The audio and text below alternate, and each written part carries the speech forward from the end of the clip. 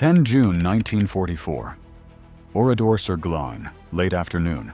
The church doors close with a heavy thud. Outside, soldiers check their watches. Inside, mothers hush their children as a thin line of smoke curls beneath the nave. A single bell note hangs in the air. Then the roar begins. Just days before Oradour burned, chaos had erupted across France. On June 6, 1944, Allied forces landed in Normandy. News of D-Day spread fast, shaking the German command. Hitler's armies were suddenly fighting on too many fronts. In the south of France, one of his most feared units, the 2nd SS Panzer Division Das Reich, received new orders: move north, crush the resistance, and reinforce the front. They were stationed in Montauban, nearly 400 kilometers from Normandy. But as they began their march north, they didn't move like soldiers. They moved like executioners. According to records from the US National Archives, the Das Reich Division left a trail of killings and reprisals across every town they passed. They saw French civilians not as bystanders, but as enemies. Resistance fighters in the countryside were ambushing convoys, cutting phone lines, and blowing up train tracks. Every act of sabotage enraged the Germans more. Villages suspected of helping the resistance faced brutal collective punishment. Houses were burned. Civilians were shot as examples. Then came the incident that would ignite one of the darkest days in French history. In early June, members of the French resistance captured SS Major Helmut Kampfe, one of Das Reich's most decorated officers, and a close friend of Major Adolf Diekmann, commander of a battalion within the division. When Kampfe vanished, Diekmann's fury boiled over. He demanded his friend's return, but no one knew where Kampfe was being held. Rumors swirled that the resistance had executed him. In his rage, Diekmann vowed to strike back, not just at the fighters, but at anyone who might be helping them. The division's path turned darker by the day. On June 9th, just one day before Oradour, the men of Das Reich entered Toul, a small industrial town. They rounded up every man they could find, accusing them of supporting the resistance. 99 men were hanged from lampposts and balconies as warning to others. Their bodies were left swinging for hours. It was a message of terror, and it worked. Town after town fell silent as the SS convoy pushed north. But for Diekmann, Toul wasn't enough. His anger hadn't cooled. The next morning, he led his troops toward a quiet village that had nothing to do with the resistance, a place that had never fired a single shot. That village was Oradour-sur-Glane. It sat quietly on a hill above the Vienne River, just a few miles from Limoges, a peaceful farming community. Cobbled streets, stone houses, a church at the center.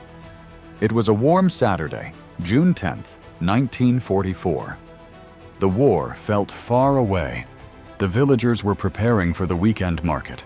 Children rode bicycles, women chatted outside the bakery, and the church bells rang just before noon. Then the sound of engines broke the calm. Around 200 SS soldiers from the Das Reich division rolled in on armored trucks, half-tracks, and motorcycles. The villagers had seen Germans before, but never like this. The soldiers fanned out fast, blocking every road out of town. No one could leave. No one could enter. A message spread through the streets. Everyone was to gather on the village green for an identity check. It sounded routine, something done in occupied France all the time. So people obeyed. They brought their identity cards, gathered their children, and walked into the square. Some even believed the soldiers were there to check for resistance fighters hiding nearby. According to survivor accounts, there was no shouting, no violence at first. The SS men looked calm, collected, even polite. That made it worse. They didn't look angry, recalled Roger Godfrey, who was only 8 years old at the time. They looked calm. That was worse. When everyone was gathered, the order came. The men were separated from the women and children. The men were told they'd be questioned about missing weapons. The women were told they'd be taken to the church for safety. Nobody fought back. There was no reason to. These were farmers, shopkeepers, teachers. They didn't even have guns. The soldiers worked with mechanical precision. Men were marched to barns, garages, and warehouses across the village. Women and children, more than 400 of them, were led into the stone church at the center of town. Some mothers carried babies in their arms. Others pushed prams or held toddlers by the hand. Inside the barns, the men were ordered to sit on the ground. The SS soldiers stacked machine guns at the doorways, set up ammunition belts, and waited. In the church, women whispered prayers. The soldiers barred the doors and windows, leaving only a few openings near the roof. Then the looting began. Watches, rings, and jewelry were taken. Soldiers went through pockets and handbags. They moved slowly, almost casually, as if this were part of the inspection. No one shouted. No one knew what was about to happen. But soon, smoke began to rise outside. The soldiers were positioning barrels of fuel, kindling, and explosives near the barns. They checked their weapons, laughed among themselves, and lit cigarettes. Within the hour, those same barns would turn into furnaces. It began with the sound of machine guns. Not bursts, but controlled, methodical fire. The SS soldiers aimed low. They weren't trying to kill the men quickly. They shot them in the legs, one by one, watching as they fell screaming to the floor. Then the firing stopped. The soldiers walked among the wounded, checking who still moved. They brought in straw, wooden crates, and barrels of fuel. One survivor later told investigators that he could hear soldiers laughing as they splashed gasoline across the piles of bodies. When the fire was lit, the heat was instant and unbearable. Flames raced through the barns, feeding on straw, wood, and human flesh. The roof collapsed, turning the entire structure into a roaring furnace. 6 men somehow survived. They had fallen early in the shooting, buried beneath layers of the dead and dying. They stayed still, holding their breath as fire consumed everything above them. One of them, Marcel Dartout, later told French investigators, "We could hear the screams, terrible screams, from men burning alive. I will never forget the smell. When it was over, nothing remained but ash and bone." Forensic teams who later examined the site described seeing rows of skeletons fused together in burned-out barns, according to the historian. The fire had been so intense that metal tools melted into the ground, and human remains fused into unrecognizable forms. Outside, the air filled with black smoke. The smell of fuel and death drifted across the fields. Farmers from nearby villages saw the plumes from miles away, but were too afraid to come close. Anyone caught near Oradour that day would have met the same fate. 8-year-old Roger Godfrin had been separated from his classmates earlier that morning. When the shooting started, he ran. He crawled through ditches, hid in tall grass, and kept moving while bullets cracked overhead. He was the only child from Oradour to survive. When he looked back, the entire village was burning. Inside the church, the women and children heard everything. The gunfire, the screams, the explosions, all of it echoed through the stone walls. They didn't know what was happening outside, but they knew something was wrong. Mothers held their children close, whispering prayers, hoping the soldiers would soon open the doors and let them go. But no one came to help. The soldiers outside were preparing for the next part of the plan. They brought in boxes, canisters, and grenades. Some carried baskets of straw, just like in the barns. They moved with the same calmness as before, silent and organized. When the first shots faded and the fire started to die down, the soldiers turned toward the church. Then came the moment even survivors still couldn't describe without trembling. Then came the moment even survivors still couldn't describe without trembling. The church of Oradour-sur-Glane stood near the village square, a small stone building with a bell tower and narrow stained glass windows. On that warm June afternoon in 1944, it became a tomb. Around 240 women and 205 children were herded inside by SS soldiers of the Das Reich Division, men under the command of Adolf Diekmann. The villagers believed they'd be safer there. The soldiers told them it was for security reasons, a routine check. Mothers carried babies in their arms, and older children clung to skirts. Some brought prayer books or rosaries, whispering that it would be over soon. Outside, the men's gunfire had already faded into a heavy silence. Then, the soldiers began their next act.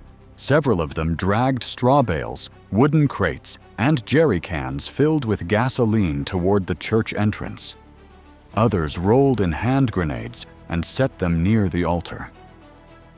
The smell of fuel mixed with the faint scent of lilies that still lingered from morning mass. It was a strange kind of calm before the roar of fire tore through the air. One survivor, Marguerite Rufanche, later told investigators that she heard a deafening explosion followed by thick black smoke pouring through the nave. The grenades went off first, shattering the windows and setting the straw ablaze. Flames raced across the wooden pews and climbed the walls. Mothers tried to shield their children. People rushed toward the doors, but the heavy wooden panels were locked from the outside. The soldiers had jammed them shut with furniture. Inside, chaos turned to horror. According to Rufanche, the church was filled with screams, fire, and the smell of burning flesh. She saw women collapse, overcome by smoke. Children cried for water, for their mothers, for God. A baby's pram caught fire near the front row. In the haze, someone began singing a hymn, but the voice was drowned out by the roar of the fire and the crack of gunfire from outside. The soldiers were shooting anyone who tried to break through the doors or windows. Rufanche found her way behind the altar, where a small ladder led up to a stained glass window. She climbed through as bullets shattered the glass around her. One tore through her leg, another hit her shoulder. She fell into the garden behind the church and lay still among the flowers. She stayed hidden until nightfall, bleeding and half-conscious, as the village burned around her. When French investigators arrived the next day, she was the only adult survivor from inside the church. Her testimony became the backbone of the 1946 French investigation into the massacre.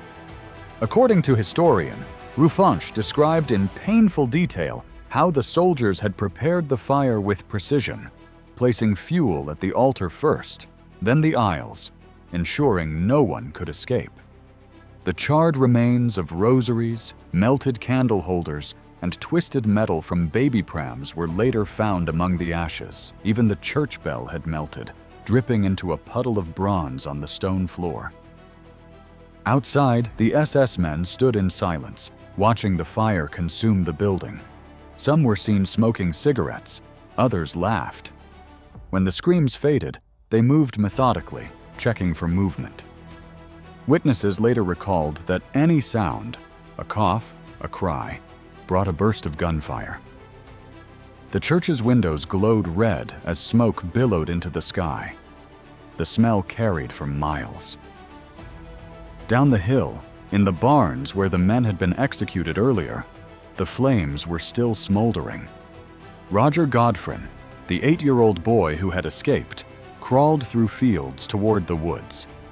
He heard the church burning. He said later, "It was like the whole village was screaming." When he reached a nearby hamlet, he told farmers that everyone was dead. At first, they didn't believe him. The following day, French villagers from neighboring towns cautiously approached Oradour. They found blackened ruins where homes once stood. Burned bicycles leaned against stone walls. In the churchyard, ashes covered the ground like snow. The local priest, Father Chapelle, who came from the nearby village of Saint-Junien, broke down when he saw the remains of the church. "They burned them alive," he whispered to the investigators who arrived days later. Forensic teams collected what little remained. According to the historian, the investigators discovered rows of skeletons fused together in the church and barns. Many were impossible to identify. Watches had stopped around 4 p.m., the moment the flames reached their peak. Inside the church, they found small bones, melted glass, and a half-burned prayer book open to a psalm about deliverance. Years later, survivors and historians would debate why Oradour-sur-Glane was chosen. Some said the SS mistook it for another village rumored to hide resistance fighters. Others believed it was a deliberate act of terror, a warning to the French population. Whatever the reason, the scale of brutality stunned even German officers. General Heinz Lammerding, commander of the Das Reich Division, later justified it as a military necessity. To the world, it became one of the most horrific civilian massacres in Western Europe during the war. When the fires finally burned out, the soldiers began looting. They took watches, rings, and bicycles from the dead. Then they set fire to the rest of the village: homes, shops, the school. Stone walls cracked and fell. By nightfall, Oradour was nothing but smoke and silence. The SS gathered their trucks and drove away toward Limoges, leaving behind nearly 650 bodies, most burned beyond recognition. When rescue teams arrived the next morning, they found Marguerite Ruffanche lying in a garden, barely alive. She was taken to the hospital in Limoges, where she spent weeks recovering. Later, she testified at war crimes trials, saying, "I saw my village die. I heard the cries of the children until there were no more." By then, Oradour-sur-Glane was more than a village. It was a graveyard frozen in time. The French government decided never to rebuild it. The ruins were left as they were: blackened walls, rusted cars, and the hollow shell of the church. Visitors today can still see bullet holes and melted bells. The sign at the entrance reads, "Souviens-toi," remember. But the soldiers of Das Reich didn't stop there. As they left Oradour behind, they continued south toward Toulouse, carrying with them the same orders, the same cold precision. And just days later, in another quiet French village, their terror would begin again. The SS troops didn't leave Oradour-sur-Glane quietly. As they withdrew, they moved through the ruins like scavengers. They went door to door, setting the last standing homes ablaze, tossing grenades into cellars where survivors might still be hiding. Cows and horses that had survived the chaos were shot in the fields. Chickens flapped and burned in their coops. The stench of smoke, gunpowder, and flesh hung heavy over the Limousin countryside. By the time the sun dipped behind the hills that evening, Oradour was gone. A skeleton of blackened stone and twisted iron. Out of nearly 700 people who lived there, 6 survived. That was all. Investigators later confirmed the final death toll: 642 dead. Of them, 190 were men, 247 were women, and 205 were children, many still toddlers. The youngest victim was just 8 days old. Every family in the village had been erased. Their names were later engraved on plaques beside the ruins. But on that day, their bodies lay where they fell, unburied and unrecognizable. French villagers from the nearby town of Saint-Junien walked into Oradour the next morning, drawn by the smell of burning. They found silence. No movement, no sound of life. Only smoke rising from collapsed roofs. A bicycle melted into the street. The charred frame of a sewing machine sat beside a blackened cradle. Even the town's clock had stopped, its hands frozen at 4 p.m., the time when the massacre reached its peak. The SS men who carried out the slaughter belonged to the 1st Battalion of the Der Führer Regiment, part of the 2nd SS Panzer Division, Das Reich.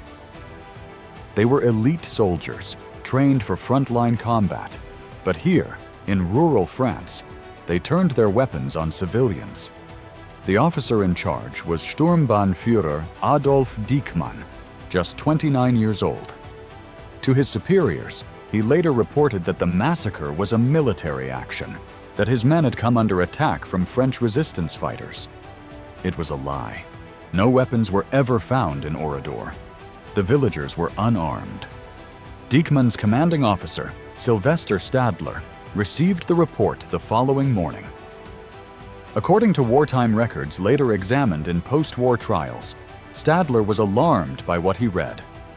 He ordered an internal inquiry, demanding that Dijkman come to headquarters in Limoges to explain himself. Witnesses said Dijkman never made it. Before he could be questioned, fate caught up with him. Only 9 days after Oradour, on June 29, 1944, Dijkman was killed in combat near Normandy. His armored car was hit by a British anti-tank shell. The explosion tore through the vehicle, killing him instantly. Some said it was poetic justice, a brutal end for the man who had burned a village alive. Others thought it too quick, too merciful for what he had done. His body was buried by his unit, unmarked.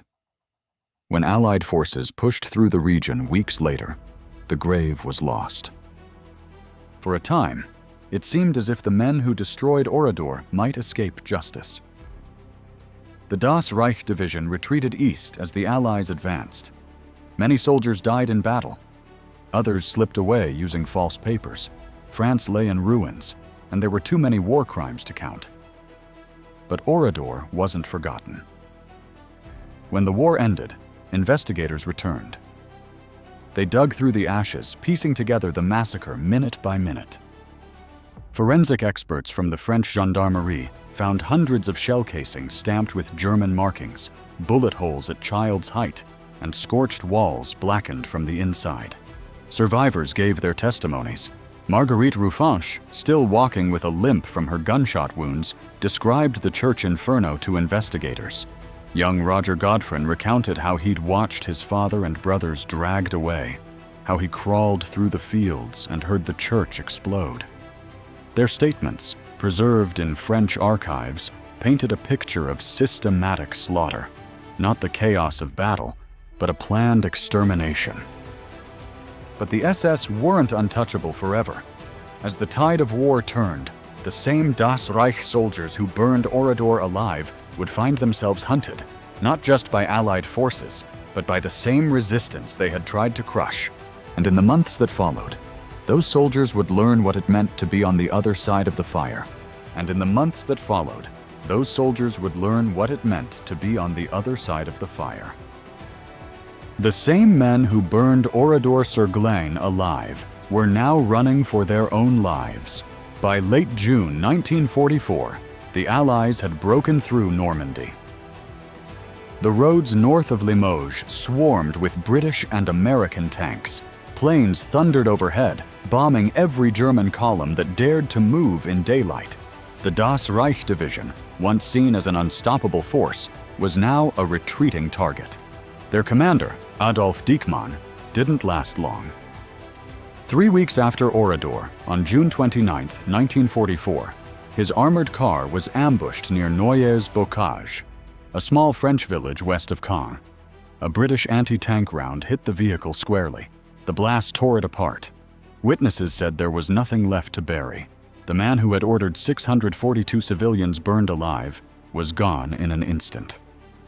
He never stood trial. He never heard the word guilty. But the men under his command still carried the stain of Oradour, and fate was closing in on them. As the Allies advanced deeper into France, the Das Reich division found itself trapped between two forces: the British and American armies from the north, and the growing network of French resistance fighters striking from behind. The forests of Limousin and Auvergne became death zones for isolated SS patrols. Ambushes happened daily. Trains carrying troops were blown apart by explosives planted by the Maquis, the French partisans. Resistance groups like the FTP, Francs Tireurs et Partisans, hunted the same SS units that had once hunted them. Many of the soldiers who took part in the Oradour massacre never made it back to Germany. According to U.S. Army historical reports, nearly half the Das Reich division was wiped out in the summer of 1944. Some were killed in air raids. their convoys bombed to ash by RAF fighters strafing the roads. Others died in tank battles near Saint-Lô and Falaise, where German forces were encircled and annihilated. The once proud division was shredded, its numbers falling from 19,000 men to fewer than 9,000 by September. But not all of them died in open battle. For many, their end came far more personal. As Allied troops pushed through France, French resistance units began rounding up captured SS soldiers. Word of Oradour-sur-Glane had spread like wildfire. Pictures of the burned village were passed from hand to hand, and survivors told their stories to resistance leaders. The outrage was so great that mercy disappeared.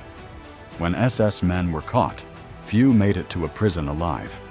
One account from the Limoges archives describes a group of 14 SS soldiers from Das Reich captured near Émoutiers in August 1944.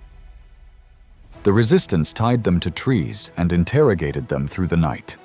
When one of the men admitted being in Oradour, the crowd erupted. Locals who had lost relatives joined in, shouting for vengeance. At dawn, the SS prisoners were lined up in a clearing. A firing squad of villagers and partisans opened fire.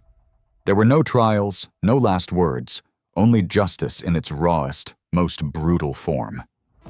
In another case near Toula, French partisans ambushed a German convoy retreating east.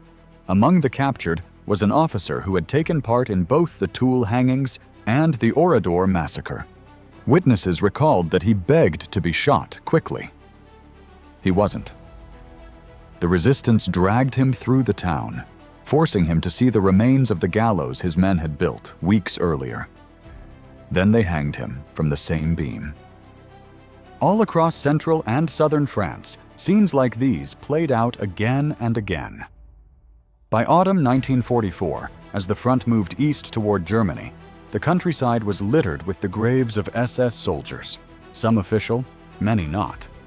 Most bore no names, just shallow earth and a wooden stake. The resistance didn't waste time with records.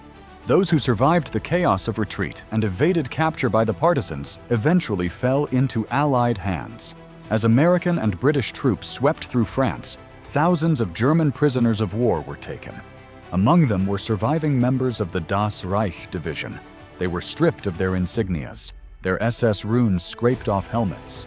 Many were sent to temporary POW camps in France and Belgium, guarded by both Allied soldiers and furious French gendarmes. In one of those camps near Chartres, witnesses described how prisoners from the Das Reich were separated from regular Wehrmacht troops. French guards made them dig latrines, clean rubble, and carry the bodies of civilians from bombed towns. They were jeered at by crowds, spat on by survivors. A U.S. Army chaplain who visited the camp wrote in his diary, "They looked beaten, not just in body, but in spirit. You could see it in their eyes. They knew they would never go home." Some of the captured SS men were transferred to Camp 180 in Cherbourg, where Allied interrogators questioned them about Oradour-sur-Glane. One prisoner admitted that they'd received orders to set an example, but insisted he'd only followed commands. Most stayed silent, fearing that any confession would mean immediate execution. A few were sent to face trial in France after the war, but many were never identified. The chaos of the front, the destruction of German records, and the mass deaths in Normandy made accountability difficult. Yet the conditions in the POW camps themselves became their own kind of punishment. Food was scarce, disease spread quickly. Thousands of German prisoners, including former SS men, died from malnutrition or sickness before they could ever be tried. The U.S. Army later estimated that more than 10,000 German soldiers perished in Allied-run camps in France between 1944 and 1945. For the Das Reich division, the war ended not in glory, but in humiliation and extinction. Of the original 19,000 men who had marched toward Normandy that June, less than half survived the summer. Their once feared tanks now lay rusting in French fields, their black SS uniforms rotting in unmarked graves. And their name, Das Reich, became forever linked with one of the darkest crimes in Western Europe. Still, the story wasn't over. The guns had fallen silent, but another kind of war was about to begin. One fought in courtrooms, archives, and interrogation rooms. Survivors of Oradour-sur-Glane would soon stand before the world to demand justice, and the ghosts of the 642 murdered villagers would haunt the men who tried to forget them. Because vengeance didn't end on the battlefield. It continued in courtrooms and execution grounds. Because vengeance didn't end on the battlefield. It continued in courtrooms and execution grounds. In January 1953, nearly 9 years after the massacre, the trial for the men of the SS Das Reich division began in Bordeaux. The world's attention turned to this quiet French city, where the ghosts of Oradour-sur-Glane filled the air. Inside the courtroom, rows of survivors sat shoulder to shoulder, clutching faded photographs of loved ones, mothers, children, grandparents, all slaughtered on June 10, 1944. Many hadn't seen justice in almost a decade. Some came wearing black, others carried dirt from the ruins of the village in small glass jars. The defendants sat just a few feet away, 21 men in total. 14 of them were from Alsace, technically French, but they'd been forced into the SS by Nazi Germany. The French press called them les malgré nous, meaning against our will. The term stirred fierce debate. Were they victims of history or collaborators in atrocity? In Oradour, people had already made up their minds. One survivor, Marguerite Ruffanche, who had escaped through a church window as flames consumed 247 women and 205 children, told reporters, "I saw their faces. I saw what they did. No man is forced to shoot babies." Her words cut through the courtroom silence. When the verdicts came, they landed like thunder. 7 men were sentenced to death. The rest received long prison terms or hard labor. The crowd erupted, some crying in relief, others shouting that it wasn't enough. But before the dust could settle, France's political fault line split open again. In Alsace, where many of the condemned families still lived, protests broke out. People there saw the death sentences not as justice, but as punishment for being caught between two brutal powers, Nazi Germany and a liberated France that now wanted revenge. Under intense pressure, the French government made a decision that stunned the nation. In 1953, less than a month after the verdict, Parliament passed a sweeping amnesty for all, malgré nous, the conscripted Alsatians who had fought in the SS. The announcement was met with cheers in Strasbourg and outrage everywhere else. In Oradour, survivors tore up newspapers in fury. They called it a second betrayal.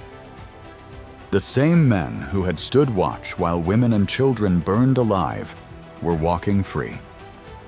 By 1958, every single man convicted at Bordeaux had been released. The villagers who had waited years for justice were told to forgive and move on. But they didn't. Many refused to rebuild their homes on the ruins. Some carried their anger to their graves. Even the new French president, Charles de Gaulle, avoided speaking of the massacre for years. Afraid of reopening old wounds between regions still divided by war. One name, however, refused to fade from memory: Heinz Lammerding.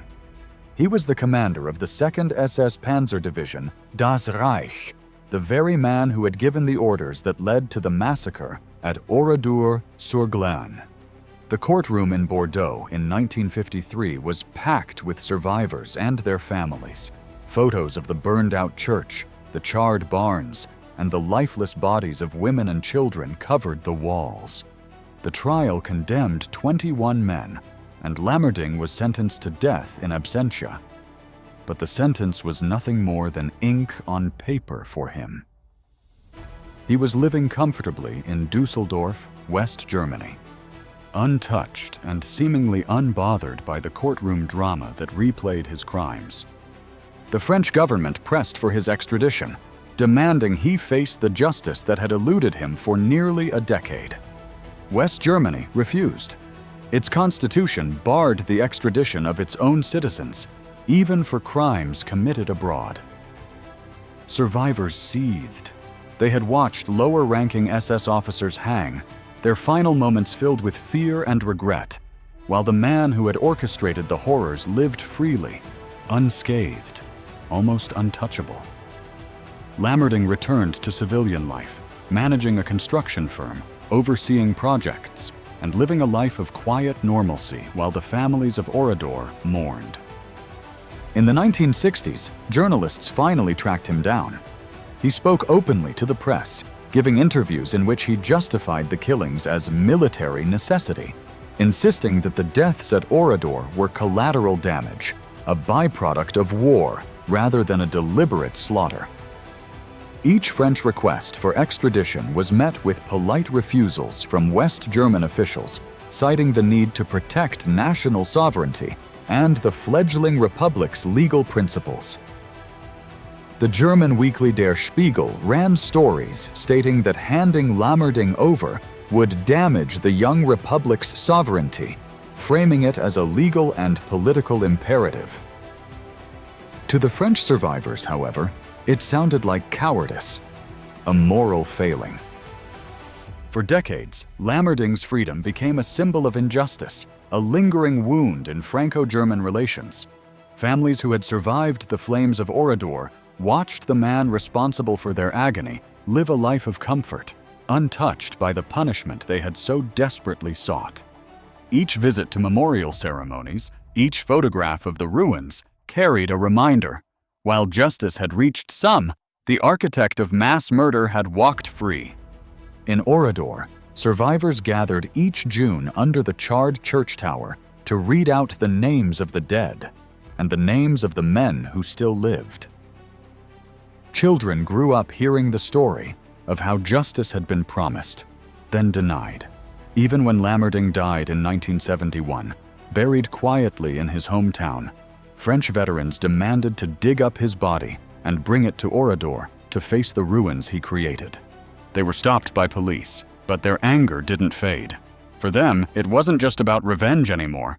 It was about memory, about making sure the world never forgot what had been done. Because if the courts couldn't deliver justice, France found another way to make sure the dead would never be forgotten. In 1946, the year after the war ended, Charles de Gaulle made his way to the blackened ruins of Oradour-sur-Glane. The smell of char and smoke had long faded, but the silence still hung thick in the air. De Gaulle walked through the empty streets, past the burned-out shells of homes, the church with its collapsed roof, and the twisted skeletons of bicycles left where their owners had fallen. When he stopped near the village square, reporters wrote that he spoke softly but firmly, "Leave it as it is." A memorial to martyrdom. His words became law. The French government decided the ruins would never be rebuilt, never be cleaned up, never be touched. The village would remain frozen in time, just as it was on June 10, 1944. Today, Oradour-sur-Glane still looks like a moment suspended in grief. Rusted cars sit where families tried to flee. A melted church bell lies warped on the ground, its bronze twisted by the heat of the fire. Inside the blackened church walls, small relics remain: a child's toy carriage, a sewing machine, and a pair of eyeglasses fused into the floor. Every item tells the same story: how quickly normal life turned to horror. Even the tram tracks that once ran through the town are still visible, leading nowhere, swallowed by weeds. Visitors say the quiet there feels unnatural, like the air itself remembers. Every year on June 10th, thousands gather among those ruins. Survivors, soldiers, and school children stand together under the summer sun, while the names of the 642 victims are read aloud, one by one. The ceremony ends with a moment of silence broken only by the sound of birds in the nearby hills. For the people of France, it's not just a commemoration, but a warning carved into the landscape. Politicians come and go, presidents make speeches, but the ritual stays the same. Torches are lit, wreaths are laid, and the national flag drapes across the cracked walls of the church, where hundreds were burned alive. The site itself is legally protected. According to France's Ministry of Culture, Oradour-sur-Glane is not a museum, but a crime scene preserved forever. No repairs are allowed, no new construction, no restoration. The rusting cars are left to crumble naturally. The bullet holes in the walls are untouched. Even the signs marking the homes read like gravestones. Here lived Dupic family. Burned alive, historians, archaeologists, and visitors alike treat the site as sacred ground. French law officially forbids any changes to its structure. It's one of the few places in the world where time has literally been stopped by decree. Just beside the ruins, a new village was built in 1953, known as New Oradour. It stands as a living town, clean streets, white houses, and a school. Many of the survivors moved there after the war, but they could see the ruins from their windows every day. It was both a reminder and a vow. Children in the new school learned about the massacre as part of their earliest lessons. Each generation grew up knowing the story not as distant history, but as something that happened to people from their own village, their own families. Today, French school children still visit the ruins on field trips. Guides often include descendants of those who survived the massacre. They lead small groups through the narrow lanes, pointing out where the cafe once stood, where the men were shot, where the barn became a furnace. Some guides pause inside the church and let the silence do the talking. Others tell the story of Marguerite Roufanche, the only woman to escape the church alive, who lived quietly in New Oradour until her death in 1988. Her testimony is still read aloud to visitors, her voice preserved in recordings kept by the National Archives. There's a small museum near the entrance of the ruins, the Centre de la Mémoire, which holds documents, photos, and artifacts. It was opened in 1999 to give historical context, but deliberately kept low and understated, so the ruins remain the main focus. Inside are letters written by villagers days before the massacre, German field orders, and photographs taken by Allied investigators when they first arrived in 1944. One display case holds a melted wristwatch, frozen at 4 p.m., the exact time the massacre began. Even decades later, the soil of Oradour still gives up new fragments: a shoe buckle, a bullet casing, a piece of charred porcelain. Each one is collected, logged, and preserved. Local historians say the earth itself keeps remembering. And so year after year, the village stands, unchanged, unhealed, unforgotten. But decades later, the ghosts of Oradour would stir again, this time in the archives. But decades later, the ghosts of Oradour would stir again, this time in the archives. For years, it seemed justice had gone quiet. The trials were over, the ruins preserved, and the men responsible either dead or untraceable. But in 2013, nearly 70 years after the massacre, a discovery in Germany reignited the hunt. Inside the Stasi archives in Berlin, historians uncovered long-forgotten East German intelligence files containing detailed wartime records of SS personnel, including names, unit movements, and after-war testimonies. These were men of the Das Reich Division, the same unit that razed Oradour-sur-Glane. German prosecutors, led by Klaus Kabisch and Ulrich Maas, reopened the investigation, determined to find anyone still alive who took part. They combed through yellowed documents and typed lists, matching soldiers' names with military rosters, even tracking family addresses that hadn't been looked at since the 1960s. What they found shocked them. Dozens of soldiers who had never faced trial were still alive, living quietly in Germany, Austria, and other parts of Europe. Among them was one man whose name stood out, an 88-year-old former SS soldier living near Cologne. His name was not made public under German privacy law, but his record placed him in Oradour on June 10, 1944. When investigators arrived at his modest home, he admitted being part of the unit that surrounded the village that day. He even confirmed being near the church when the massacre began. Yet when pressed, he denied pulling the trigger or setting fires. "I was there," he said, "but I did not kill." According to interviews later summarized by Der Spiegel, his memory wavered. He claimed to have received orders without explanation and insisted he only guarded roads.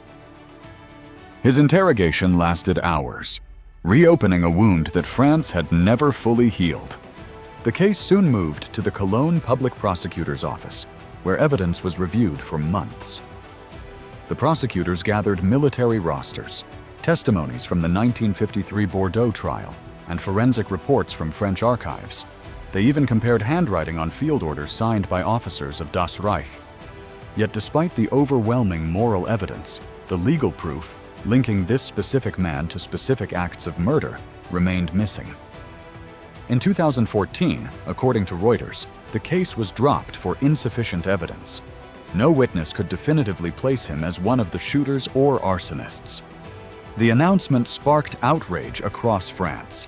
Survivors called it another betrayal, echoing the same grief they felt when the amnesty of 1958 had freed the convicted.